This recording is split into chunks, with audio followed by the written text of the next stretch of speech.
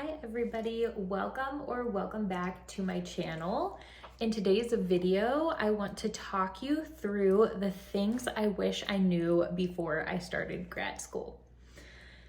I was very uninformed, and honestly, if you are on YouTube right now looking into videos about this topic, you are probably already more informed than I was because I had never even been to therapy as a client when I decided I wanted to be a therapist, and I had some interesting ideas about what a therapist does.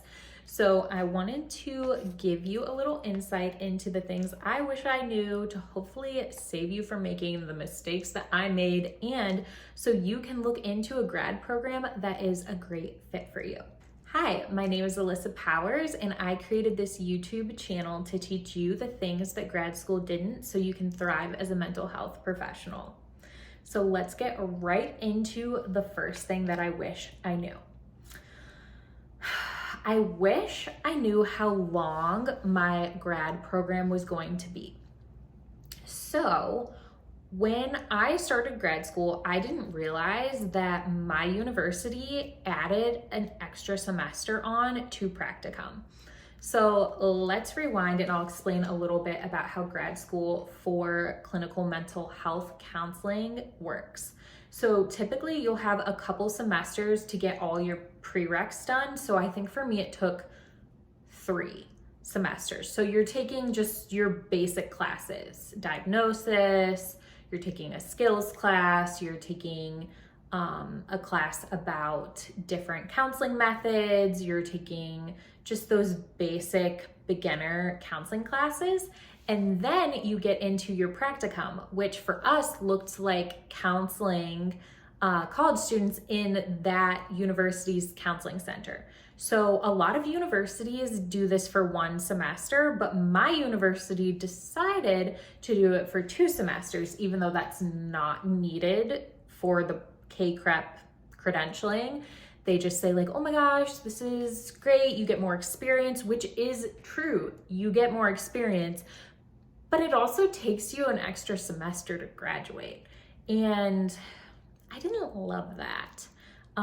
Because at this time, I had already worked a real job. I was a little bit older than the grad students that were there, and I wanted to be done and be in my career. I went through my program very quickly. I was done in 2.5 years.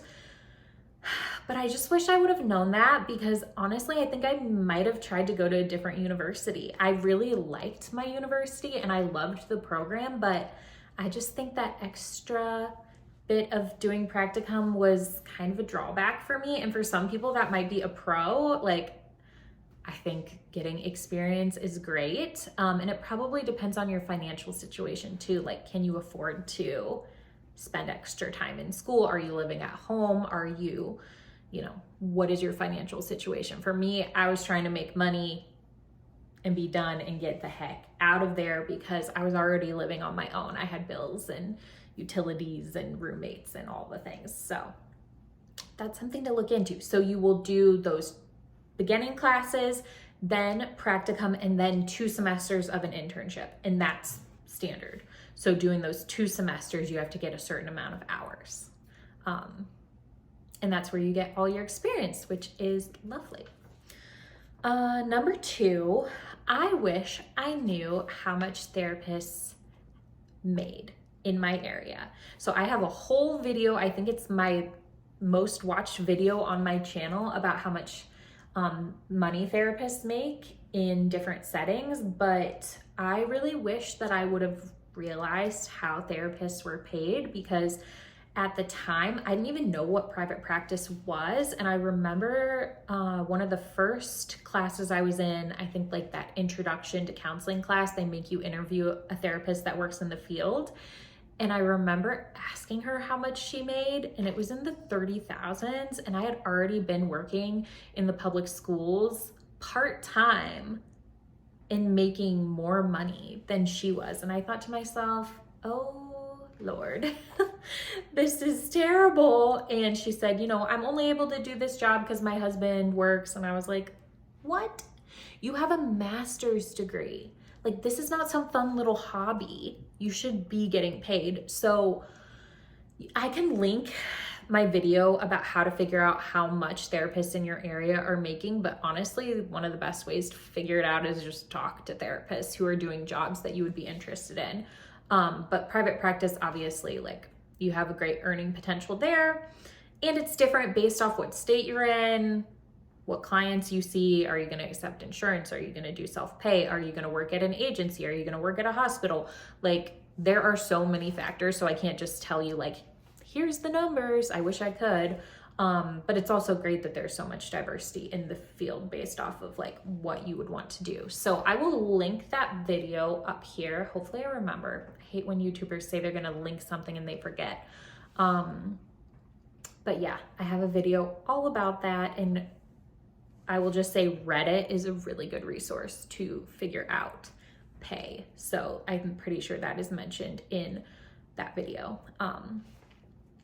So yeah, I wish I knew more. Number 3 is just understanding that my program had to be CAPREP.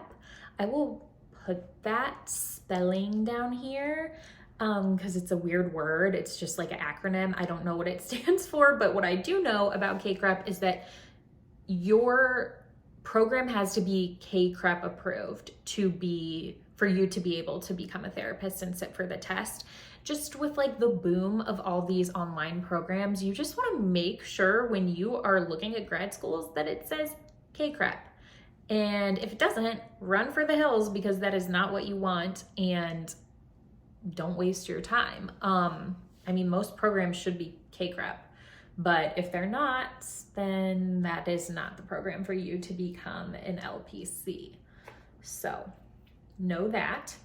The next thing that I wish I knew in advance is, does your university allow you to intern at private practices? My university did allow this. I interned at a private practice, and I'm so thankful for that experience because I learned so much about private practice, which wasn't talked about almost at all in my grad program. That's where I literally learned everything about private practice, to be honest, but some universities won't let you do your internship at a private practice. I don't know why. I just think there's a huge bias against it, which is silly, because if you can get your hours, I don't see how they could discriminate against private practice, but they do. So I know there's a local university near me that they don't let their therapists in training intern at private practices, which maybe they've just had bad experiences, or maybe they fear you won't get enough clients to fulfill those hours. But I know that I benefited a lot from doing my internship at a practice. So that's something to ask about in your interview, or, email the director about. I would get clear on that if you're interested in private practice before you commit to a program. And then the last one on this list, which is kind of embarrassing, is just knowing what a therapist does. Because I didn't. I really don't know what made me think like, oh, I should become a therapist. I don't know. Like I had said, I'd never been to therapy, and I had seen stuff in movies. I don't even think I was very certain that like therapists don't prescribe medications. I thought I don't know what I thought, but you should get clear on that. You should talk to someone or get in therapy yourself. I think now there's more resources around therapy. When I was first researching grad school, there wasn't this big boom of therapists on social media and people talking about therapy and it being a little less taboo. So, thinking through do you like talking to people? Do you enjoy psychology? Do you enjoy being empathetic? Are you naturally empathetic? What's your personality like? Are you super introverted? You can be an introvert and be a therapist by all means, but just knowing being a therapist is pretty emotionally taxing, and it's very, very social. Just knowing what a therapist does. Hopefully, if you are already looking into this video, you know more than I did. I got lucky that I do love being a therapist, but I was really confused about what a therapist actually does. I think I had watched too many movies or something and just didn't have a very realistic view of what it would actually be like. So those are the things I wish I knew before grad school. I hope that this helps you. And if it did, it would be great if you could like and subscribe to my channel. It helps me so much, and I hope to make more videos in the new year to help my fellow therapists and people going into grad school. It's such a confusing process. So I have a couple other videos about grad school interviewing and things like that. So look out for those on my channel, and I will see you in the next one. Bye.